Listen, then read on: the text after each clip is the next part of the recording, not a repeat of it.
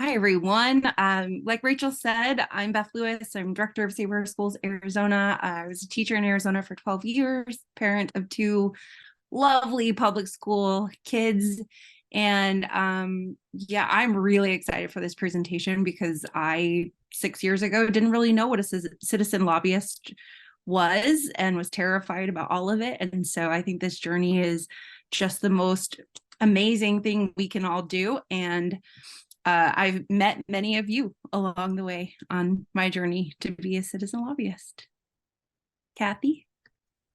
Yes, hi everyone. I'm sure some of you know me that I wear several different hats, but I'm here today representing one of the two organizations I co-founded, Civic Engagement Beyond Voting.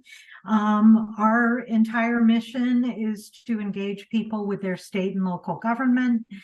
We've been doing that for 7 years, and this is the last thing that I expected I would be doing in my retirement. But it has definitely created a life that I didn't expect, but that I love so, so much. And one of the things I love about it is getting to know so many people all around Arizona. I feel like I have hundreds of new best friends, and you are all some of them. So I'm really thrilled to be here today. And we have with us Representative Annalise Ortiz. Annalise, if you can hear us, do you want to introduce yourself? Yes, hello everybody. I am Representative Ortiz. I have the tremendous honor and privilege of serving the people of Maryvale and South Glendale in the Arizona House of Representatives.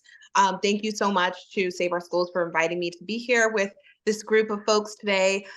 Before I ran for office, so this is my first term, and before I ran, I was one of those citizen lobbyists who would go down regularly to the Capitol, work engaging with Civic Engagement Beyond Voting and Save Our Schools to advocate for the things that I cared about. And I worked at the ACLU of Arizona, where we were consistently training people in the community of how to testify at the Capitol, tracking bills, letting people know when important bills were coming up. So I'm very familiar with that realm of what it takes to move legislation. And now that I've been in the Capitol for a year, I have a very clear understanding of kind of how things are different. And I learned a lot this past year. So I'm looking forward to delving into that with all of you.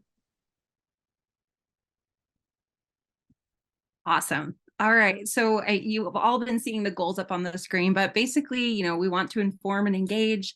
We want to develop an army of engaged citizens who really understand how local policy, specifically legislative policy, is really impacting our daily lives much more than who's at the White House, and to help citizens not only engage with lawmakers but also to help their networks do the same. So it's kind of a little bit of a train the trainer. We hope you all are so inspired that you'll get even more engaged and help others along that ladder as well. So what is a citizen lobbyist and why does it matter? Kathy, you want to take the reins? Yes, one of the things I always like to say all is right in our Arizona state constitution. It says all political power is inherent in the people. So our entire state was founded on the belief that we, all of us, are at the apex of the pyramid. We are the most important political entity in Arizona. So that is extremely important to remember. Now, we all know that lobbyists are constantly in our lawmakers' ears. So we have to remember that we are more important than lobbyists, and our legislators need to hear from us. So we need to be loud and proud. We also need to be reasonable, because reasonable voices are much more likely to be taken into account by our lawmakers. We need to be persuasive rather than angry or venting or accusatory. Try to be persuasive and polite. We need to counterbalance all the work that paid lobbyists are doing. And we also need to amplify each other. So important to amplify the other voices that are giving similar messages. Remember, you are a voter. You are responsible for re-electing them. And it is so important that just speaking up one time is not going to be enough. We need to repeat, repeat, repeat. We need to get tired of our own voices, but it is so important. If there are other reasons that you feel it's important to be a citizen lobbyist, I would love to hear them. Please put them in the chat.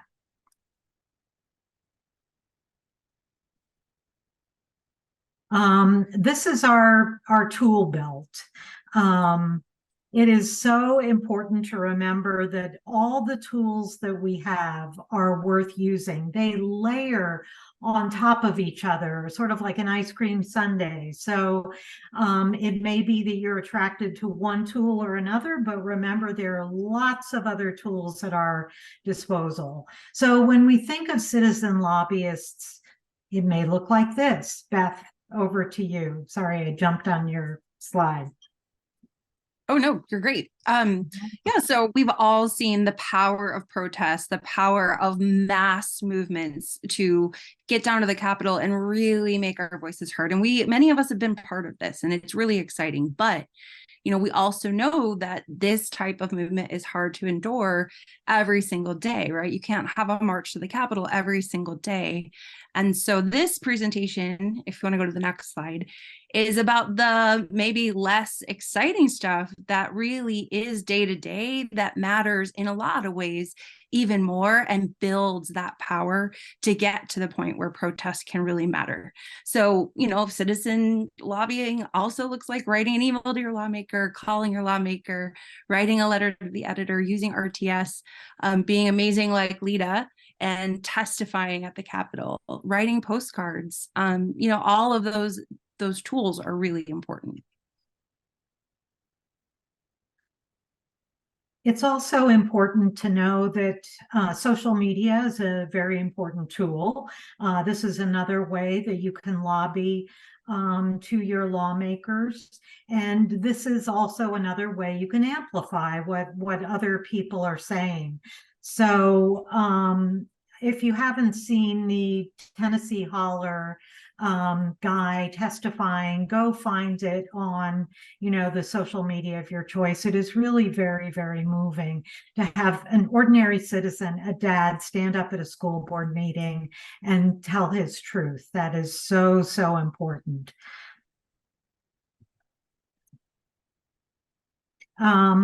We've also seen that there are things that we enjoy doing. There's Jen decorating her car. That has become a really fun and popular thing to do.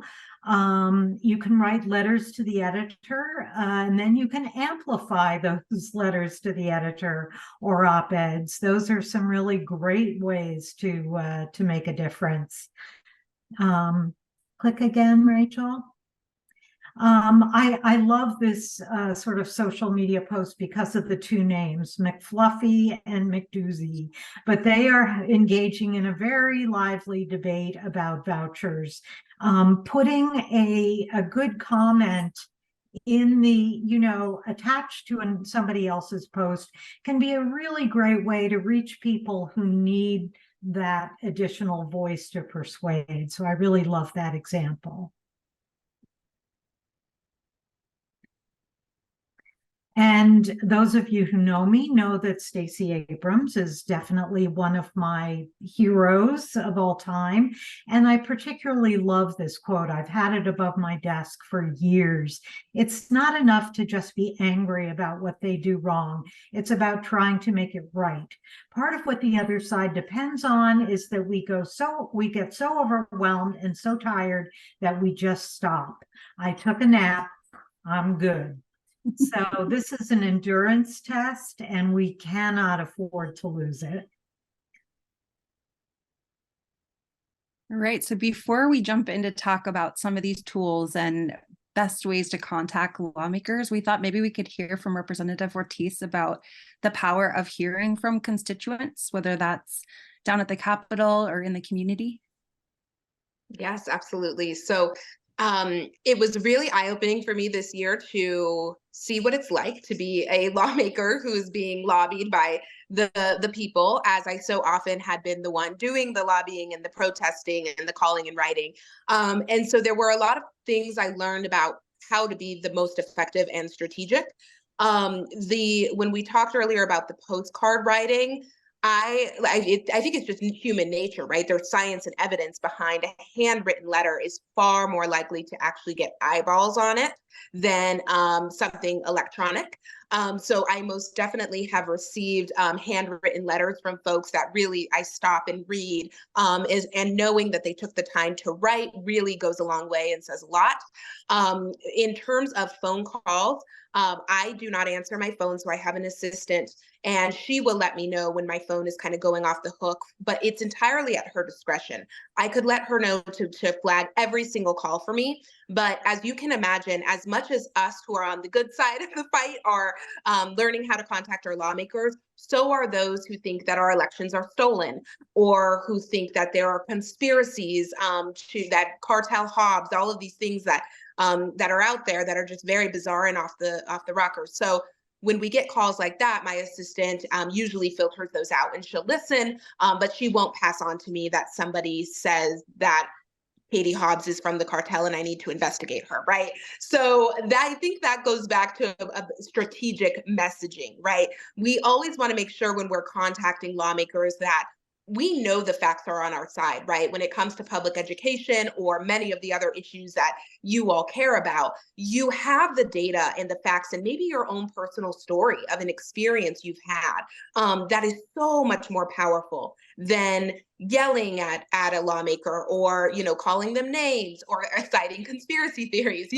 So when you are taking the time to go out of your way to contact your representative, think about it as though you were trying to convince a family member across the Thanksgiving table, a family member who you like, because you might have some you don't, about something. You would really want to talk it through with them and try and get to a shared basis of understanding.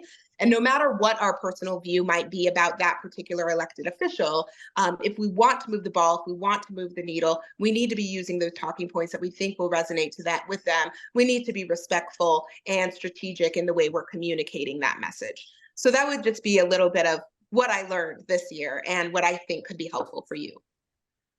We have a good question in the chat. Does your assistant look at the handwritten letters too? Is there sort of a screening process there? There is not a screening process with my mail. So she does give me everything. But again, that's entirely up to what the relationship is like between the elected and their assistant. So there could be some folks who say, I don't want any mail, I'm not going to look at it.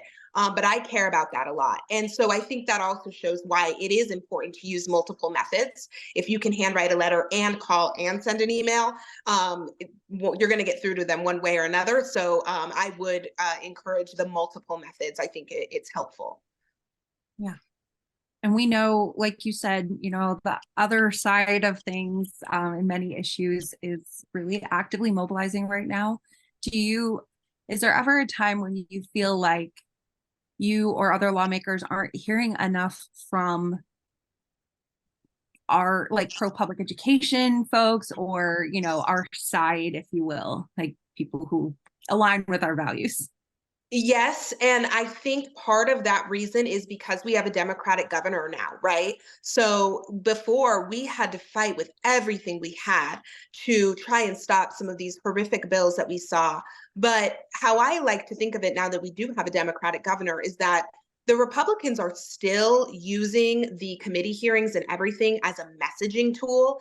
And they still, turn out people to give testimony and make it seem like this very fringe minority is the overarching voice of the people, when we know that's not the case. So that's why I think it's so critical to continue to show up, to send those emails, to be at the committee hearings, even if we know or think we know that Governor Hobbs will veto, because it is so important that we are showing the media and those Republican lawmakers and anybody else who might be involved with the legislative process, that we let them know that we do have people in the community who share our values, and that we are working for the majority of Arizonans when we want to do the common sense thing, like fully fund our public schools. Absolutely. That is all really, really helpful perspective as we go into this. I mean, Kathy already mentioned this, but I think, you know, a lot of us, even to this day, think that lawmakers are really listening to lobbyists and big donors, and they are, right? Especially on certain sides of the aisle. But we also know that lawmakers need to get reelected. And we know that nothing ever changes in this state without massive public pressure. Nothing has ever changed in this state with these politicians without massive public pressure.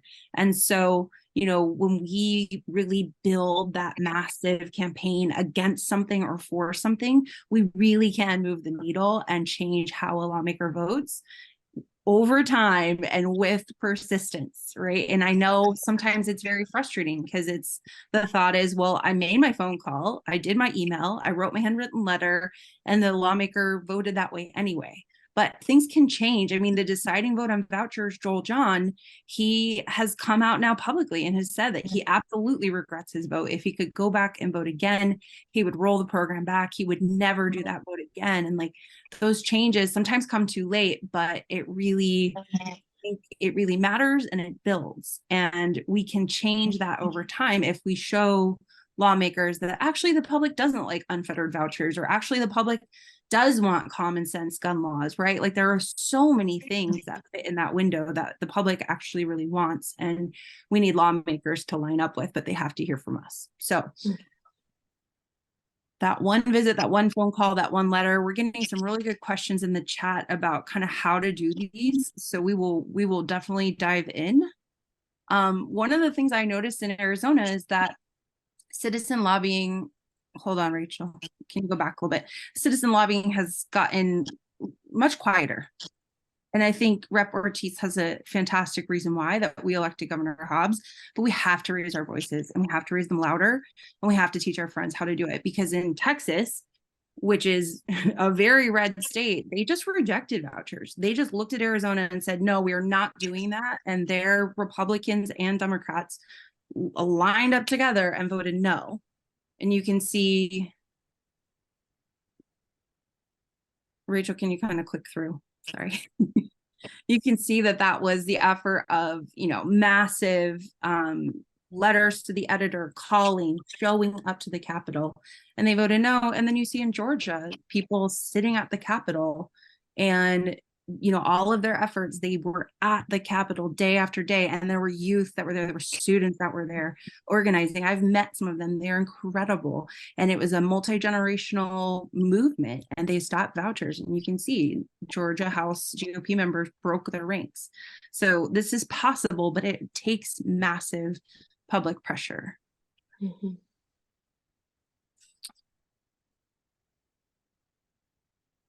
Rep. Ortiz, I know Rachel's setting up a poll, but I know you can't stay on super long. Is there anything that you sort of wanted to let us know about any of that, or what you think we could be doing maybe to be more effective, or things that you wish you heard people saying on social media or at the Capitol?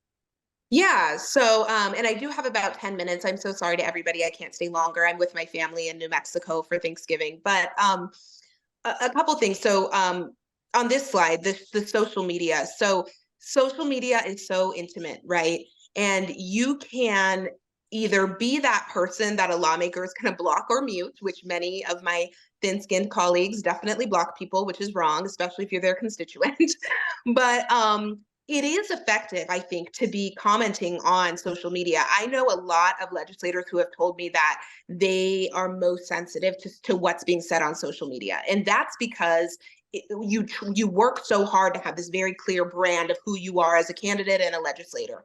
And when somebody is underneath the comments saying things about you, again, well thought out, evidence-based, articulate arguments about you, people are reading that. The people who are following that lawmaker who might really respect them see what is being said, and they care about that.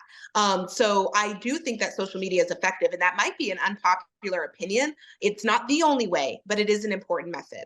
And I see the poll is up now. Should I keep going, or do you want to let people answer?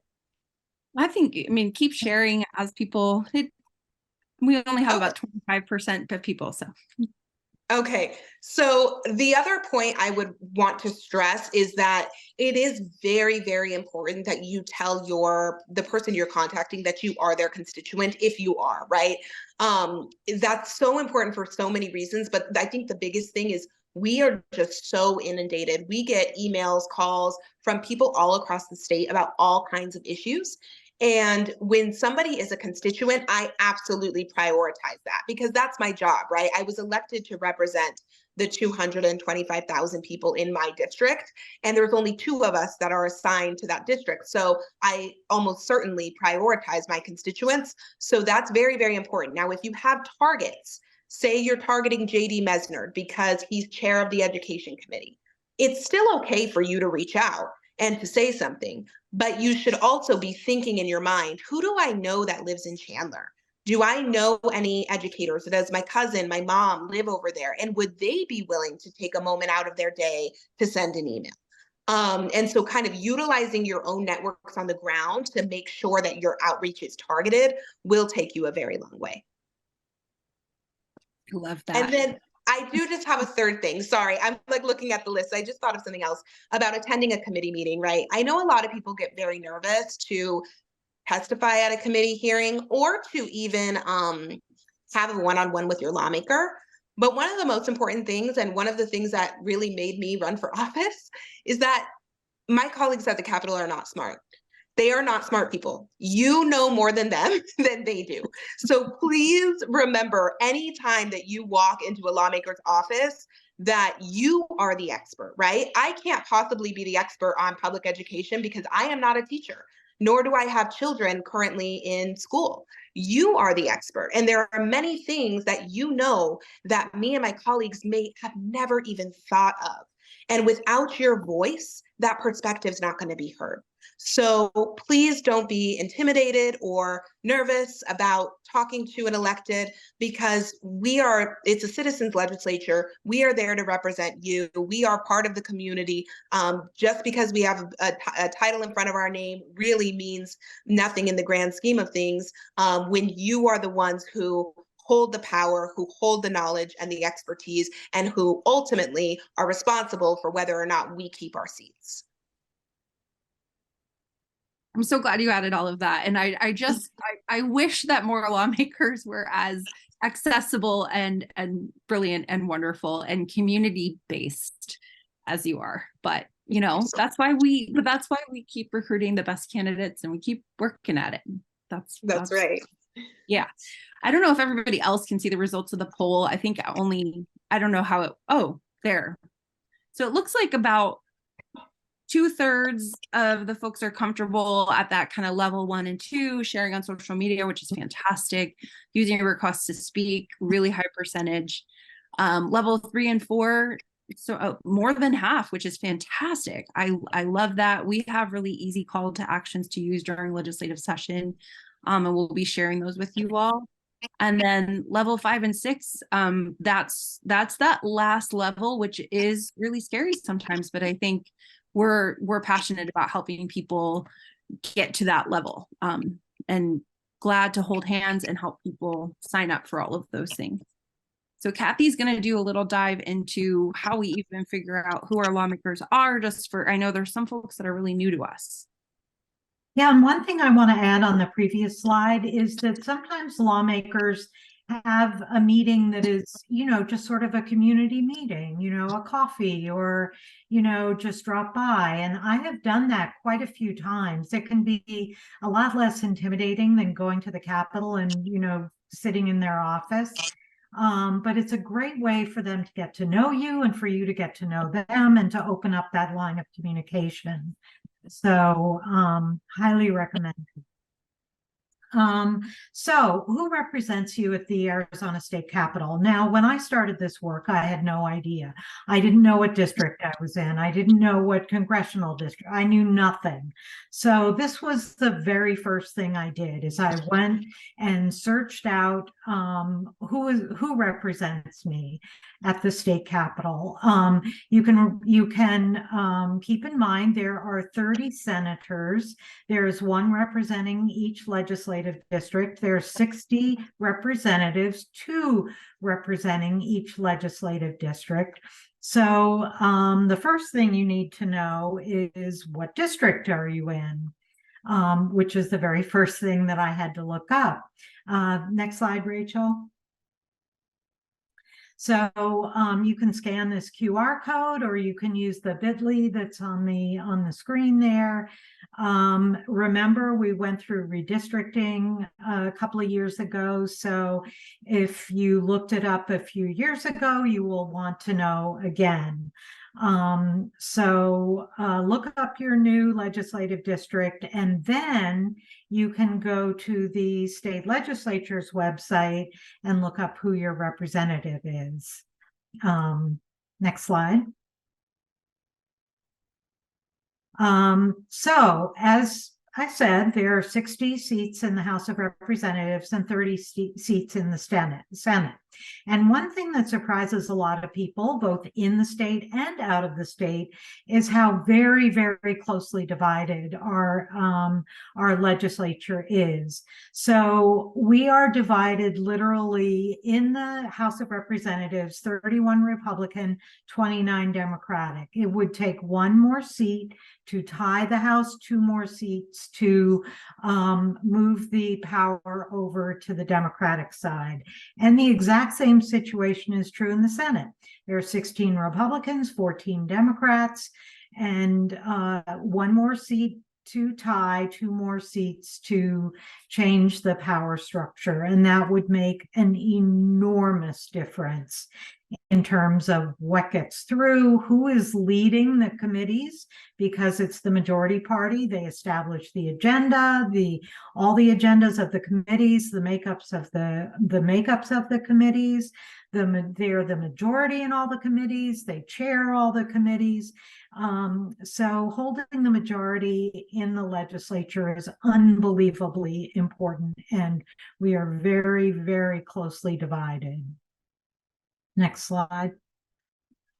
So who represents you at the legislature? If you are not aware of that, you can look up, you can use that bit.ly, you can scan that QR code, or you can go to azleg.gov and you'll see Senate and House over in the left-hand side of the menu, and you can look up the members there.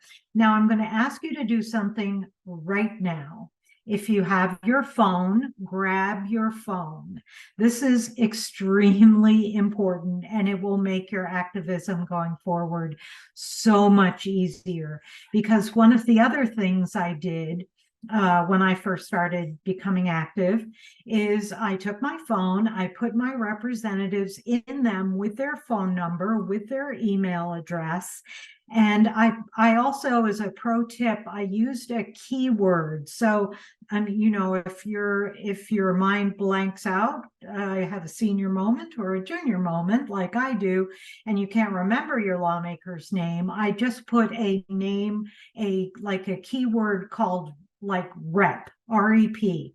So literally all I have to do is search for that keyword, and everybody who represents me in every office will pop right up. And that is what I've been doing ever since. So if you don't have your state senator in your phone, I hope you have done it all right now, and then you can store your 2 representatives in your phone as well, and you can use a keyword like rep or AZ Ledge or whatever you want, and if you search for it, those names will pop right up.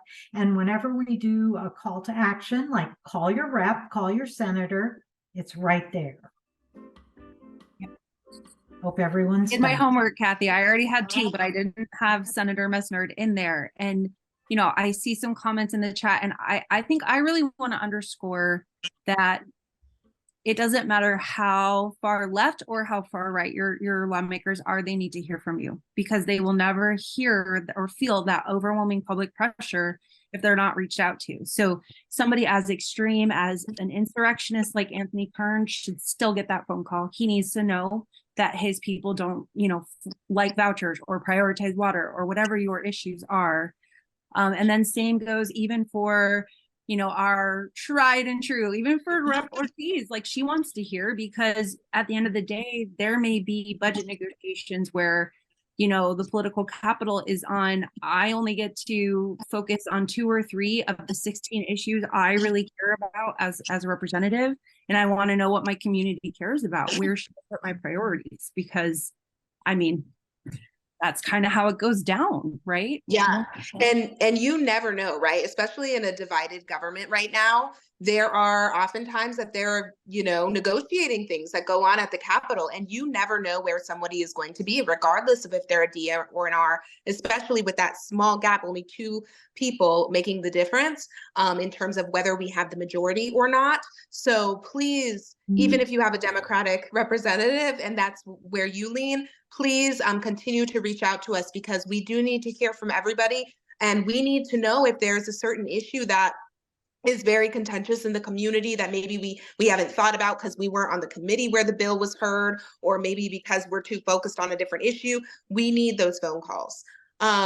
And I am now having to log off. I'm so sorry, but I just want to say thank you so much. And I'm so happy to see everybody.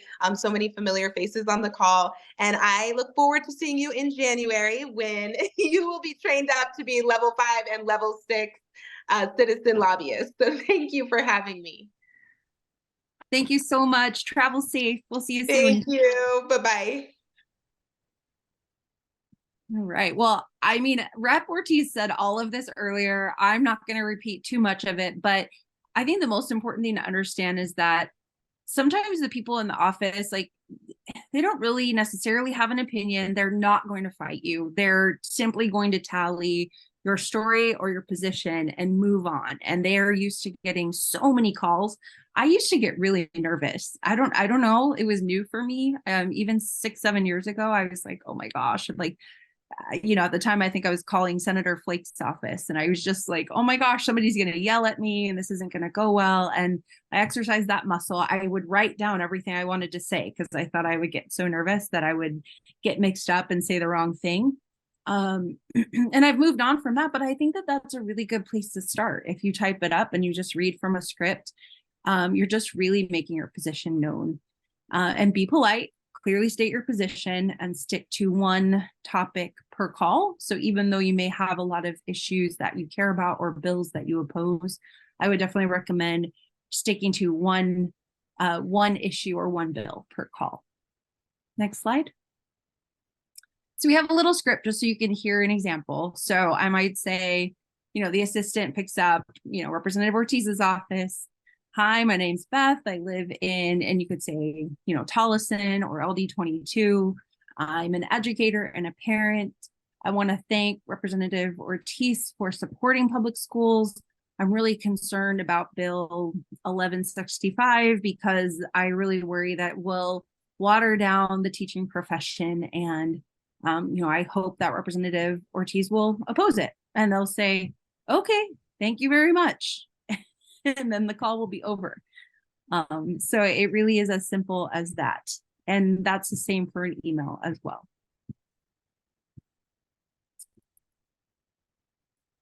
And then meeting with lawmakers, I saw some interest in the chat, and I would really, really love to help folks. And I think that your community action team coordinators, if you're plugged in with them, would love to help as well.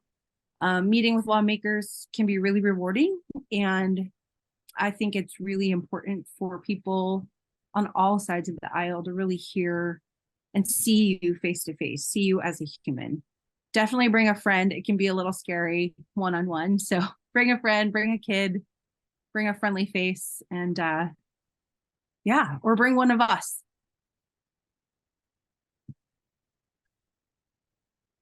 And then a lot of this has already been said, but even if you're not up to really meeting with a lawmaker or testifying, that is okay.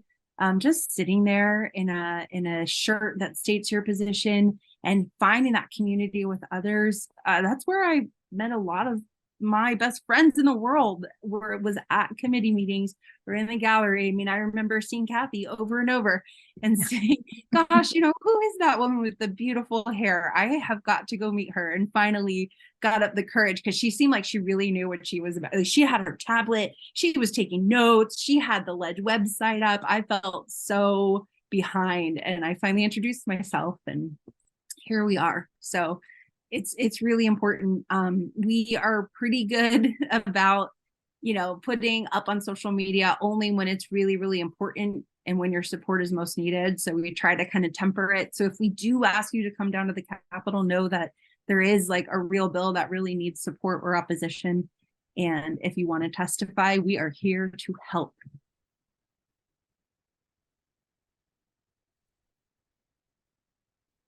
Oh, Beth, I really that really moved me a lot. And one of the presentations I give for civic engagement beyond voting about testifying in committee, which is what this slide is about, I use a photograph that we took right at the beginning, and there's a picture of Beth sitting in the audience.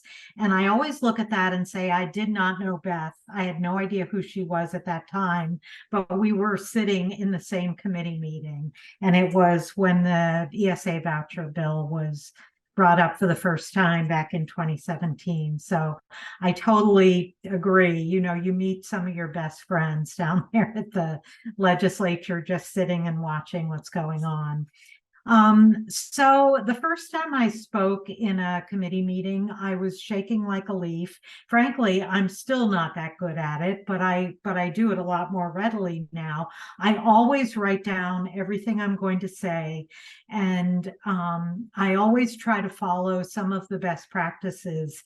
Lawmakers can argue with your facts, and believe me, they will, but they find it a lot harder to argue with your personal story. So the most important thing is to present yourself as who you are, what your interest is in the, in whatever bill is being considered, and try to keep it to 2 minutes, because they will cut you off. And that's an error that I see a lot. People who are barely getting into their point, and the committee chair cuts them off. You're done. The timer goes off, and you haven't even gotten to your main point. So tell your personal story. We do on the Civic Engagement Beyond Voting website. Rachel, if you or somebody, if you have that link, could you drop it in the chat? If not, I'll do it at the end of the meeting. We have a worksheet that you can use, and it is extremely helpful. I try to use it myself. One of the other, next slide, please. One of the other things that we recommend is getting on request to speak. And I didn't see the results of the poll, but it sounds like a very strong majority of you are in the request to speak program. To the best of my knowledge, Arizona is literally the only state in the nation that has this capability. Although you can register to speak in a meeting, this is an electronic system that actually delivers, from the comfort of your home, your kitchen, your couch, whether you agree or don't agree with a bill that's being considered in committee. It's as simple as a thumbs up or a thumbs down. This is how I first got involved, was using request to speak and signing other people up for request to speak. Civic Engagement Beyond Voting has signed over 13,000 people up for the request to speak system. We call it the gateway drug to activism. So sort of like a car crash. Once you see what's going on at the legislature, it's very hard to take your eyes away. When you go to azledge.gov, which is the legislature's website, you'll find request to speak in two different places. There's that central panel, request to speak, where the blue arrow is, and the red arrow, if you hover over legislative information, it comes up there as well. So civic engagement beyond voting, we do a lot of trainings to use the request to speak program. It's actually very simple once you've done it a few times. So we will be setting up trainings after the first of the year. So you can always use our link to have us create an account for you. And after that, you will be getting all of our information on bills, as well as Save Our Schools, of course.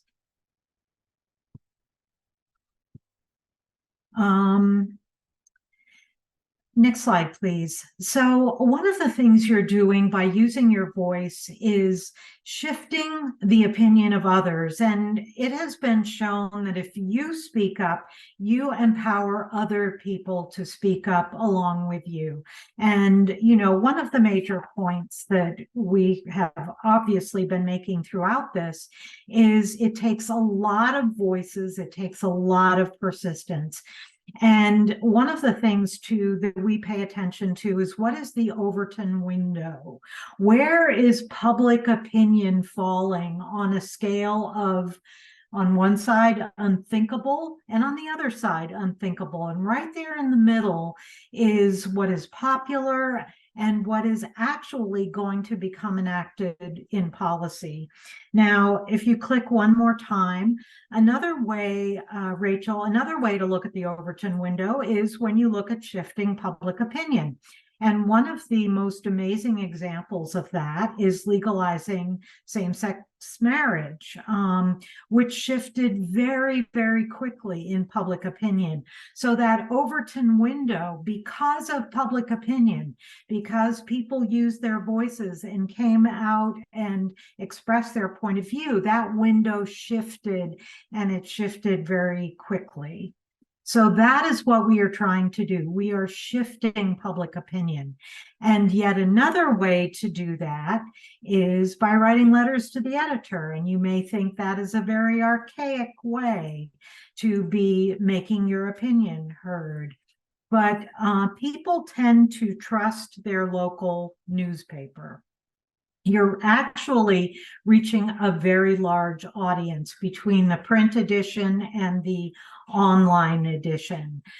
So you're reaching a very large audience. You're also reaching people as a, with your personal story in a very persuasive manner. So often people will trust the very local paper that they, pick up in their driveway every week, or, pick up at the coffee shop. So also elected officials monitor letters to the editor to see which way opinion is moving. One thing we believe in at Civic Engagement Beyond Voting is that you not only doing something, but doing it in a way that is persuasive is really, really important. So we recommend, one way of looking at it is the truth sandwich. So you start by laying truthful common ground. So you're embracing basically your entire audience. It's also important to hold up the motives of the messenger, or, if a legislator, if it's J.D. Mesnard, if it's Anthony Kern, you can name them and question their motivation. Why are they so adamant about that point? And that helps people to dislodge that connection. And then at the end, you're drawing people in, you're reaffirming the truth, and getting them to do something. And that is really, really important, is to end with what you can do, because otherwise people are just sort of left stewing in their own feelings about what you've been talking about. It's important to use best practices when you are communicating on any platform or in any way. Be careful what you repost. Be careful to use your own frame to make your comment. Tell your story, and do not amplify the bad. Don't repost something that just reinforces the message that you want to counteract. Don't vent, don't argue. And we always say, don't feed the trolls. All you're doing is amplifying the argumentative message. So I love, love, love to show this clip of Jen Psaki showing how she can pivot and use a different message that reframes the conversation. So if you click on that, will it play? I hope. If it's okay, I think we'll put the link to it in the chat and move forward for now. Thanks. Yeah, sounds good. Yeah, it's just do your heart some good and follow this, watch that super clip. So again, reclaiming the narrative is one of the most important things you can do in your testimony, in your letter to the editor, in your social media, and whatever form of communication, your Thanksgiving meal or your Christmas holiday or your holiday celebration when you're with people who may not share your point of view. Remember to create your own frame. I always call this playing on my playing field rather than somebody else's playing field. So you can say school choice. Remember, it's the school's choice. Failing schools. Kids have been failed by the legislature. Be unabashed. You don't need to apologize or hedge about your opinion. You are proudly pro-public education and you love your neighborhood or community school. You can talk about ESA vouchers as robbing your local public school and the fact that school choice is driven by profiteers and greedy corporations. Remember that for-profit schools, and again, that is a framing in and of itself. It's not just a private school, it is a for-profit school. They are, you may think of private school being one with big columns and Brophy and Xavier Prep and all of that, but the most common for-profit schools are in strip malls. Remember, their teachers do not need to be accredited. So these are all different ways that you can reclaim the narrative, reframe the discussion, and bring it back to our own playing field. I think for time, we'll move forward here too, but if you are on TikTok, I highly recommend that you follow Representative Annalise Ortiz. She does so much amazing work interacting with the community on her TikTok, as well as interviewing other elected officials and helping to answer really important questions about education and all other sorts of topics that are relevant to the legislature. So definitely go ahead and give her a follow if you can. And we didn't get a lot of time on this, but in terms of TikTok, I was at a really good presentation recently where somebody pointed out that you can move ahead, Rachel, but somebody pointed out that TikTok is not just for kids, and it is actually where most of America is getting most of their news. And that may seem scary to some of you, but there are really great accounts that are truth tellers and they say all of it, and it is very professionally done. And I think that it is a tool that's going to continue to grow in popularity. And it's really important that we all, or many of us, can get on there and help amplify the voices that are truth tellers, because the other side will certainly co-opt that. And Save Our Schools has a TikTok that Lita runs that is absolutely informative and also very funny. So it's a place where, if you're feeling kind of from Twitter, which is not that funny most of the time, it's an important tool, and it's a really important way to call out lawmakers directly by tagging them. But if you need a little bit of reprieve, you can head over to TikTok and, get really great political content, and also, I don't know, homemade pasta and dog videos. So it's a little bit of actually a healthier place. I love it. So big picture, I want to go back to the fact that there is no way to sustain a massive movement every single day by getting out and marching. The way that we sustain pro-public education movement, or a movement that is aligned with all of our values, is to write an email every day, or write a postcard every day, or use your voice to speak up on Twitter, to tag your lawmakers, to amplify reportees on TikTok, right? Every little piece that we do amplifies within ourselves and then to others. Like Ian said, it builds courage, right? Your friends and family and neighbors see you doing these things, and they realize that they themselves can do those things. And it really, the biggest point I want everybody to take away from this presentation is that nothing will change without massive political pressure. The lawmakers will not change the way they vote. We will not be able to change anything next session, or even going forward, unless we really speak out about the things that matter to us, regardless of who's in charge of the legislature. And I mean that. If we don't speak up, the lobbyists and the donors take over. So your voice matters more than you can possibly know. It can be really scary, but the outcomes are much scarier if we remain silent. It is easy to get tired. It is easy to want to take a lot of naps, and that's okay. You can take a break, but it is an endurance test. A lot of the ways that we do this are actually really simple, and we don't have to overthink it, right? A quick email every single day is completely fine. You're doing more than your part. If you have a few minutes every day to do something, you are already a citizen lobbyist, and you are already making a difference.